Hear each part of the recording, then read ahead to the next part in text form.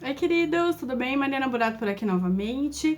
Na semana passada, no vídeo passado, a gente falou sobre nichos de atuação dos engenheiros e engenheiras civis. E vocês devem estar se perguntando, né? Falei assim, tá bom, Mariana, legal, esse nicho, bacana, mas como que eu vendo esses meus serviços? Como que eu ofereço os meus serviços como engenheiro e engenheira civil, tá?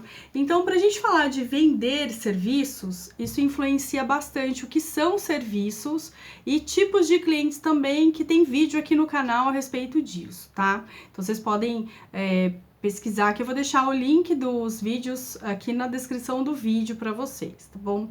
Mas quando a gente fala de como que eu vou vender os serviços, eu preciso primeiro entender a necessidade do meu cliente, tá? Isso aí é, assim, fundamental, tá? Porque eu preciso entender que tipo de cliente que ele é e qual que é a necessidade dele, o que que é a necessidade dele, qual que é a dor dele, tá? Um cliente de engenharia civil, tá? Uma pessoa que procura um engenheiro civil, ela geralmente, via de regra, ela tem 3 dores, digamos assim, tá? Ela quer uma obra barata, que custe pouco, mas que tenha qualidade, né? Ela não quer ter dor de cabeça, ela não quer ter problema com aquela obra e ela não quer que tenha atraso, tá? Então, geralmente são essas dores que o cliente tem, tá? São desejos, são necessidades que ele tem e são dores também, né? Porque a gente sabe que quando uma pessoa leiga realiza a obra, ai gente, tem gente que contrata engenheiro e a obra sai atrasada, pelo amor de Deus, hein? Fica aqui a dica, engenheiros, por favor, hein? Não atrasem obra, que isso, tá?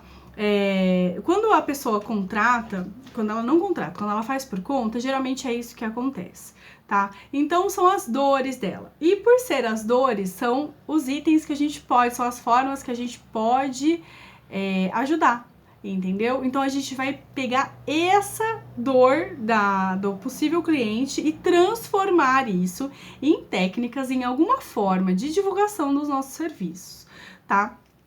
Eu acho muito interessante quando a gente parte para a questão de desvelar, né? Para a questão de explicar para o nosso cliente o que significa um serviço, né? Não quando a gente vai impor, né? Ah, por que você precisa de um projeto?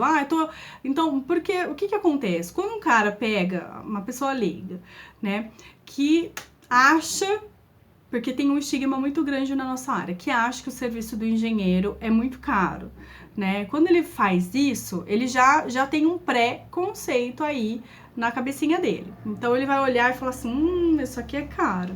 Mas se você mudar o time, entendeu? E se você mudar a chavinha, na verdade, e falar uma linguagem que ele entenda, por exemplo, olha, você quer ter sua obra sem atraso? Quer ter sua obra no prazo? Olha, veja as vantagens de contratar um engenheiro, por exemplo, nesse sentido, tá? Então, a primeira coisa que a gente precisa fazer é entender as necessidades dos clientes, são essas 3 que eu falei para vocês via de regra, tá?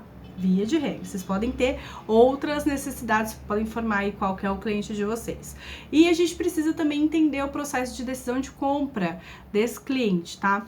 Então, o processo de decisão de compra, tanto para produto quanto para serviço. Serviço já é diferente, e aí puxo lá para vocês assistirem aos outros vídeos. Então, primeiro, o cliente, ele identifica o problema. Então, ele precisa ter a consciência do problema.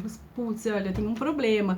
Eu quero a minha obra no prazo, mas, poxa, eu não quero gastar muito. Ou, eu não tenho dinheiro nisso e eu quero a minha obra, entendeu? Ou, puta, eu não quero ter dor de cabeça com isso, mas como que eu faço? Então, a primeira coisa é essa tomada de consciência do cliente. O segundo passo, quando a gente tem essa consciência que a gente tem um problema, a gente vai buscando informação. Então, como minimizar dor de cabeça em obra? Por exemplo, entendeu? Se a gente digitar no Google, vai aparecer isso, tá? Como minimizar dor de cabeça em obras, por exemplo. E a gente vai buscando essa informação. Tá? Quando a gente busca, vai aparecendo as soluções. O ideal é que as nossas soluções estejam ali nesse processo de busca, tá certo? Então, de que forma que você pode falar para o seu cliente aí, tá? Terceiro passo, avaliação e seleção. Então, o cliente escolhe, tá? E aí tem um negócio. que tudo gira em torno do serviço, tá? Quando a gente vai fazer avaliação e seleção de produtos, então, por exemplo, tô com essa caneta aqui, vou comprar essa caneta.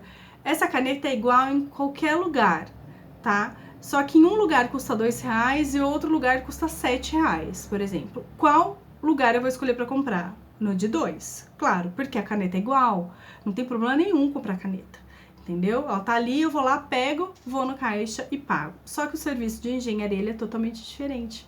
Ele envolve escopo do trabalho, ele envolve o fato da pessoa confiar ou não no engenheiro, no profissional que está por detrás daquela empresa, daqueles serviços, daquela proposta, tá? Ele envolve o sentimento que o cliente, as experiências anteriores que esse cliente tem, né? O sentimento que ele tem a respeito dessas experiências anteriores, se ele teve uma experiência anterior boa ou ruim, ou conhece alguém que teve uma experiência boa ou ruim.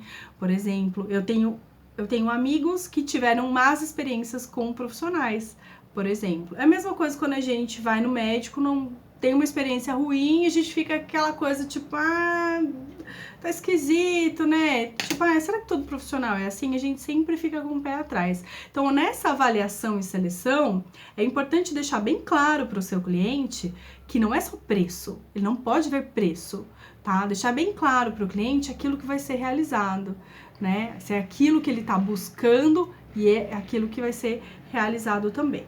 E aí a gente tem o fechamento do contrato com a iniciação ali dos serviços, né? Com esse consumo dos serviços, que é o pós-venda.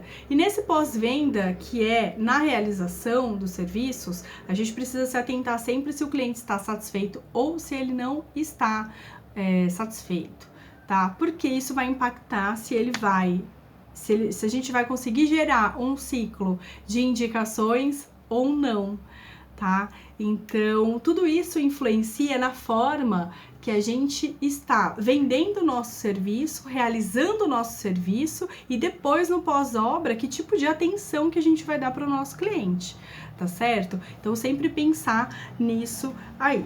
Então, bom, galera, vou finalizando o vídeo por aqui. Queria saber o que vocês acharam, né? Foi um vídeo relativamente curto aqui sobre como vender os serviços, né? Como que oferecer, como que a gente divulga.